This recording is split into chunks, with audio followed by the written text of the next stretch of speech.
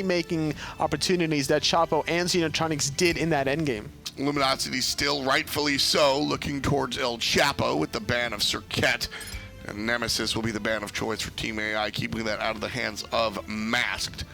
Second bans coming through. LG still. Okay, there you go. Focus on the Ares. I think I agree. I think the Ares jungle, I think the Ares Hunbats combo win that game. What was it? He got a first blood at level 2 or level 3 it was. I think it was level 3 actually when he avoided the hammer throw from Jeff Hilla, and that's how you can tell Aurora is just so comfortable on this god. I think he got the first 2 kills actually from his team. Najah will be the jungler of choice for Luminosity. Looking for Mask to really run this one here. Team AI respond in kind with a Geb. Fantastic choice against that assassin.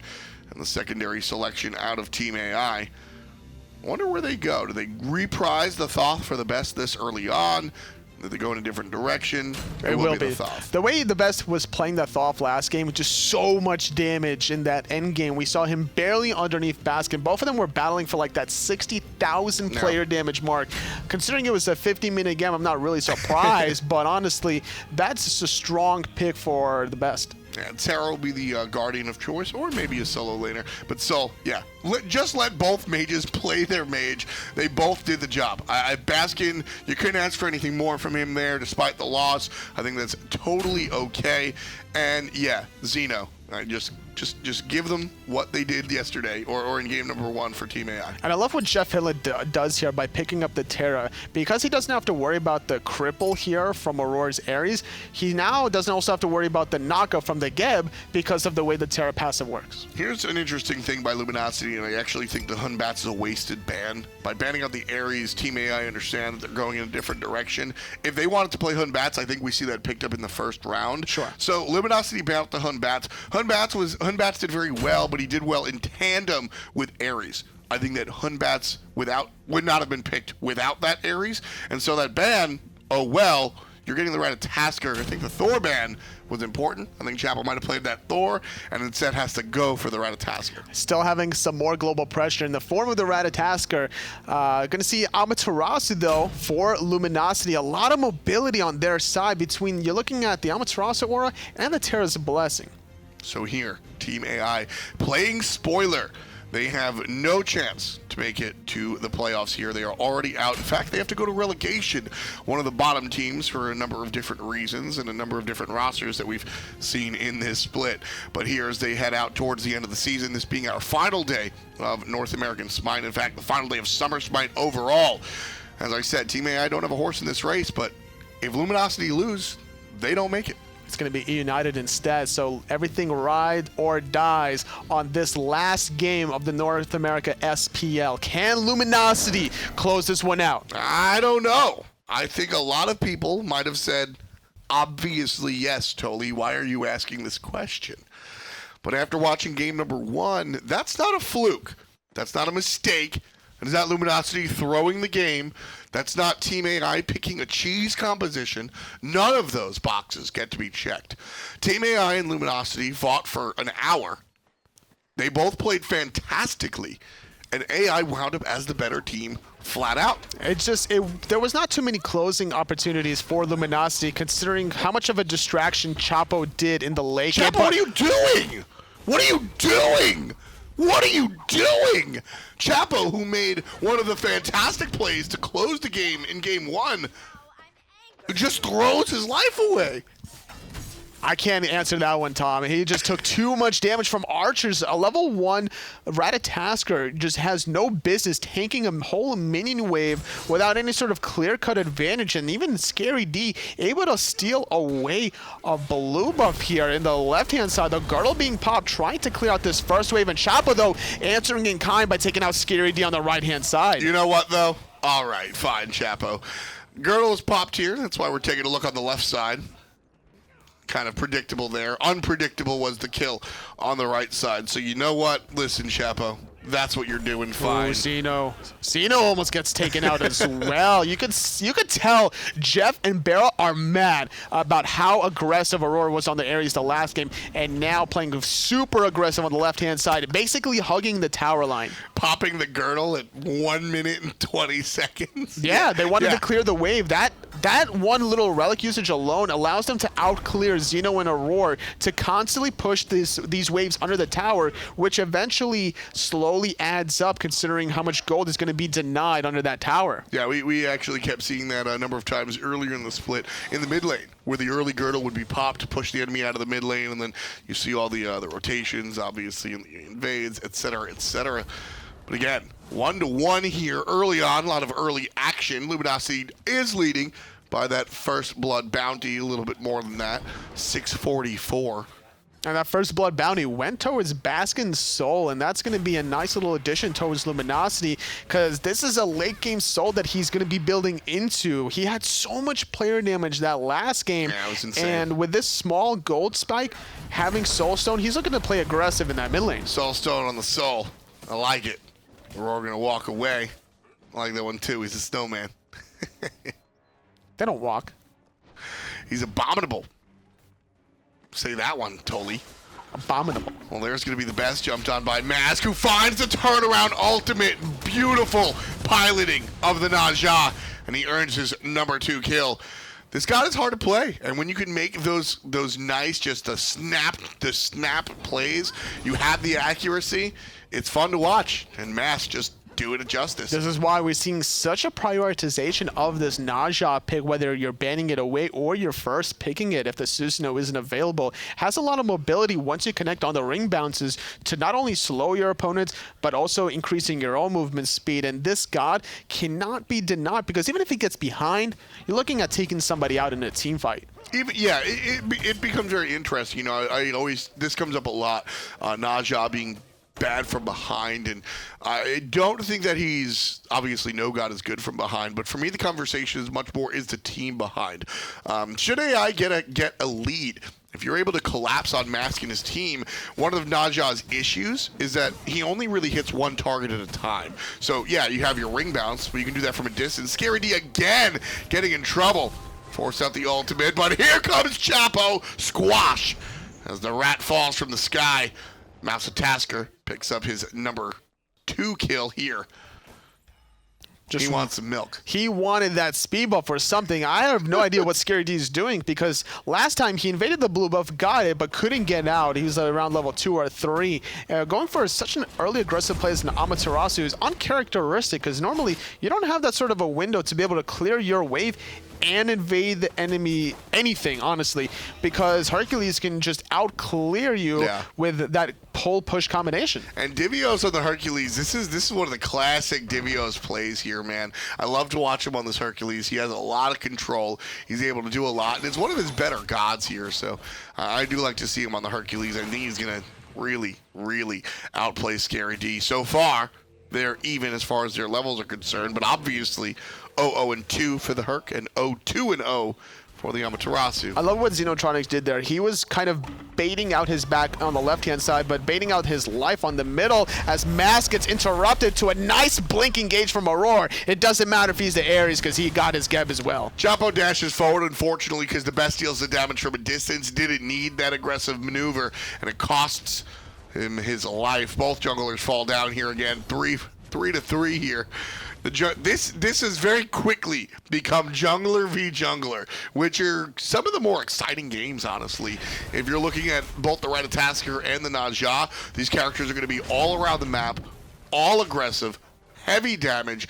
Expect Chapo and Mask to be the 2 playmakers this game for a long time. And not only that, I'll hold that thought though, the best is in a little trouble as Barracuda is feeling himself a little bit, but it's ring around the rosy as Aurora is creating a big wall, preventing any sort of aggression towards that mid-mage. And like we were talking about the junglers before, just the way the meta has shifted on and off, these junglers, they never really are out of meta. They just have a little bit of a hibernation. Ooh, the ultimate out of Xenotronics will actually pull the objectives towards him and his boss. There's Chapo on the back end getting the kill, and the Gold Fury gets stolen by Barracuda as he finds the in-hand to steal away the objective by his lonesome. Barra's in trouble. Divios punishes, finds the driving strike, and finds the kill. Zeno behind the wall, Scary D making the chase. Bees are down, and so goes the Hunter. They found the Gold Fury, and they're finding multiple kills here. They did lose 2, though, but Scary D responds in kind with 2 of his own. He's making a huge impact. Divios finding the driving strike, setting up the final judgment. 3rd kill for AI onto Baskin here. The Scary D is forced to retreat here. If Divios finds another pull, that's going to be Here one dead comes solo Aurora. later. Oh man, Aurora, no relic available. 13 seconds on the blink. Otherwise, he'd go for Scary D. Here's going to be the ultimate. Grabs 2. Knockup is strong. No Sunder just yet. This knockup was used intentionally just to squeeze in an in-hand underneath, finding Divios into the skies. Mask landing back down into a whole world of hurt. Man, push coming out from Divios. Still not enough as Mask finds the ring bounce and takes down Divios. The world's longest team fight finally comes to a close. And what ultimately winds up being, I honestly can't even recap this one for you guys. I'm sorry. I think it's a 2 for 3? It was a 3 for 3 at the end of the day. 3 for 3? I'm pretty sure. But the Gold Fury went the way of Lumniosity. Which is the biggest deal. Exactly. They have this one, about 1,200 gold lead at the almost 8-minute mark, so they're able to slowly make things happen compared to the last game. It's funny how Mask comes all the way back and finds the kill in the same team fight.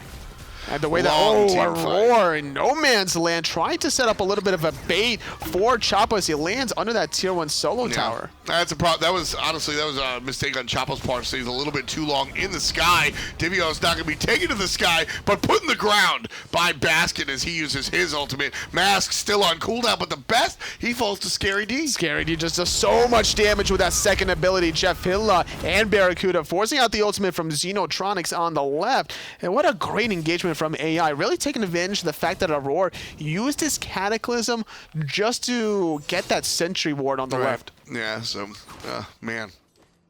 He's definitely kicking himself for that one. If he had Cataclysm, maybe that team fight goes in the way of AI. It's possible. Which team fight? There's so many of them. I mean, there's so many of them. They all last forever. That last one, however, certainly goes more in Lumniosity's way, and that's just going to help them push themselves forward. About 2,000 gold in the lead is LG.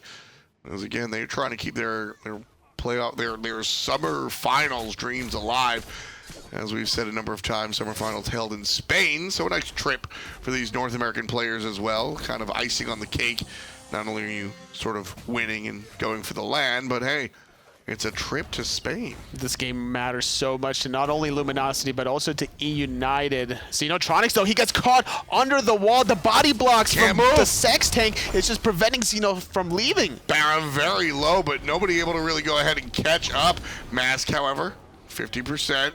Chapo on the chase. Lands right on top. Finds the jungler, but not enough damage. Girdle is popped, more of a defensive maneuver than anything else, but Chapo still on the chase. Great peel from Jeff Hilla, finding the root and the stun. Divios wants to find the kill, but it's Mask that's going to stop Divios in his tracks. Baskin as well as Scary D diving the backline, ultimate being used, stunning out Chapo, but a nice gap shield from Aurora. There's trouble as Scary D made the rotation alongside Divios. He'll find the silence out of the Hercules, but that's about it. There's trouble. Baskin one more time. The damage, it's just too hot coming out of Baskin. All the abilities onto the Hercules, nowhere to go. And that's the one issue with Hercules. That's only level 10 with a breastplate of valor. Sure, you could be looking for these pull pushes, but at this point in the game, you're not as tanky as you are, let's say 25 minutes into the game, where you have your mitigate wounds fully maxed out, and then you can just return your health pool back in your favor. Slowly ticking up is the lead for Lumniosity. 3,000 now.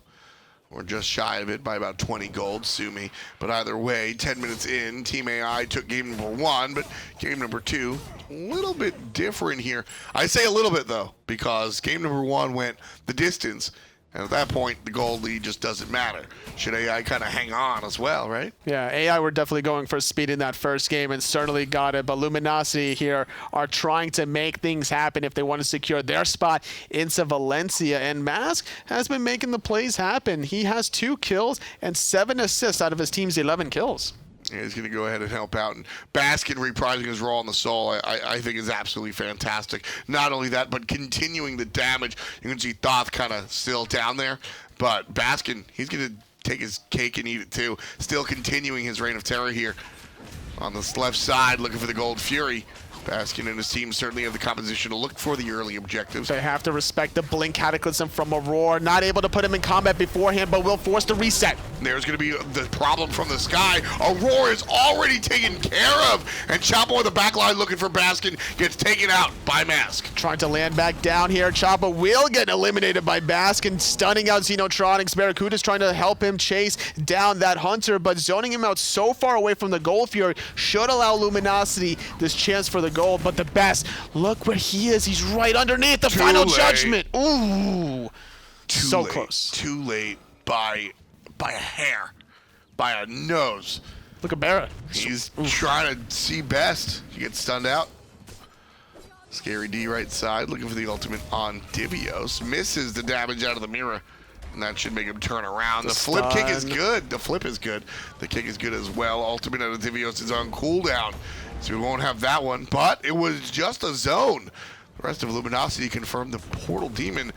All the while, Xenotronics kind of split pushing. It was just all an elaborate ruse from Scary D on the right-hand side as Luminosity secured themselves the second Gold Fury, their first Portal Demon, and now they built themselves a comfortable 4,500 gold lead that they can really start taking advantage of, considering that they have the experience lead to follow up with it. This means that they're going to have more relics available in these next engagements. And this is really where Luminosity kind of dropped the ball last game, in that they had a very mid-game oriented team that wasn't able to get off the ground.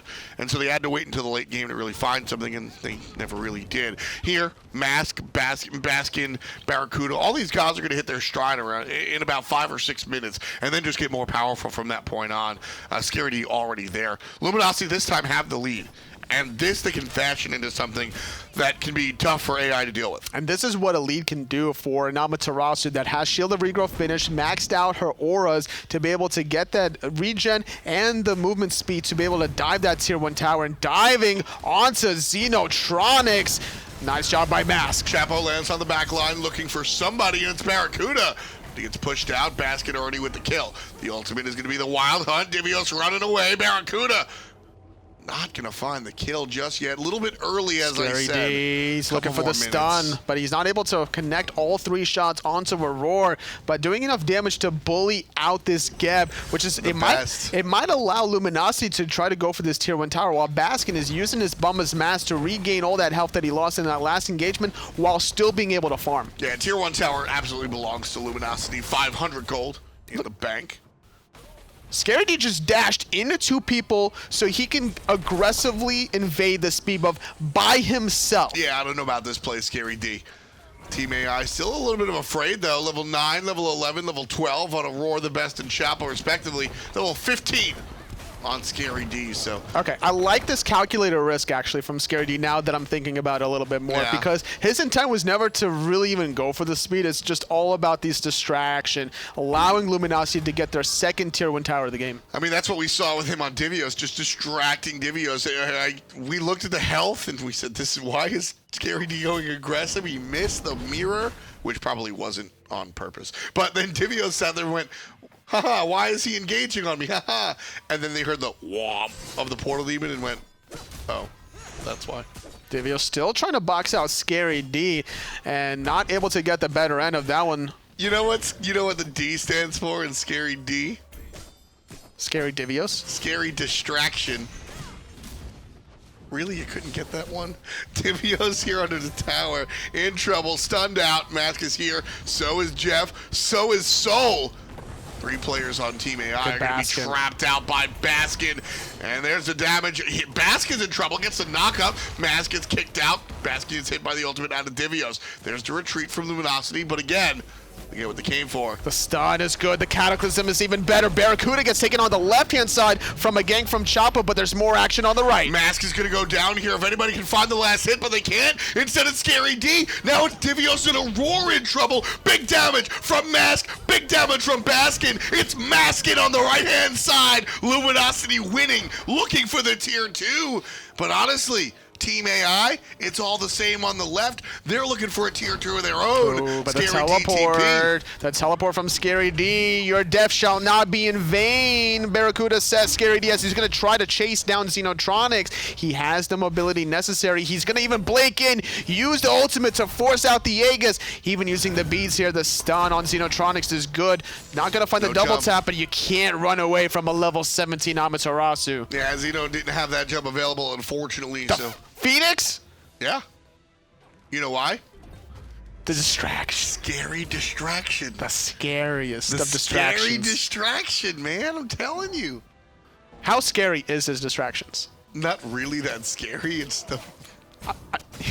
It's really not frightening at all. I mean, when I think of Scary D, I'm like, he's not that scary. No, he's not that scary, which is what makes it that much better, I think. So Scary D is, you know, he's kind of just doing the role. And honestly, I talk a lot about conditioning your opponent. Hold that thought, though. Chapo in the sky. Force Lumniosity off of the objective here. Chapo looking for a target. That's a second branch. Still got a third. Oh, never mind. That was his third. Lands right down on the red buff. Divios being surrounded by Mask and Jeff Hintla. Gold Fury being surrounded by Baskin and Barracuda. Already taken down. Now Divios in trouble. Jeff Hintla and his entire team chasing down the Hercules player who once stood in the mid lane. Baskin again gets credit for the kill, but there goes Xenotronics. He was there. I swear, he's just gone now. Chapo and Aurora also in trouble. Luminosity surging forward. Scary D trying to find the kill onto Mask, or Chapo, excuse me. Can't do it. But our top damage Amaterasu crushing it. Just that's what he's able to do with this late game pick. Scary D, whether he plays that god or the Vamana, but hold that thought. Aurora blinking in and gets punished, trying to hold on to that middle. Phoenix best channeling that final judgment, could use it on Mask here. Chapo gets pushed away to the back line. Oh! Scary D, where'd Mask go? Best through the wall, finds the kill. Barracuda taking some poke as well as he gets stunned out. That was pretty. You like That was pretty. You like that one, didn't you? That was the double P. Would you say that that kill was Scary. the best? Oh, okay. I thought you were going to say a scary distraction or something like that. I've seen some pretty good kills, so it's up there, but it's not the best. No, I mean, that kill was the best. That was the mid laner on AI. Are you talking about Jeremy Daly? Yes. So Speaking of the best, actually, okay, that whole engagement, he was actually split pushing on the right-hand side because of the Phoenix being secured from Luminosity in the soul lane. They needed somebody from AI to deal with those fire minion waves. Who better than a level 16 Toth out of everybody from AI? And yeah, you actually saw him continuing to do that just now as you bring it up. yeah, just getting even the tier 1 tower for his own teammates.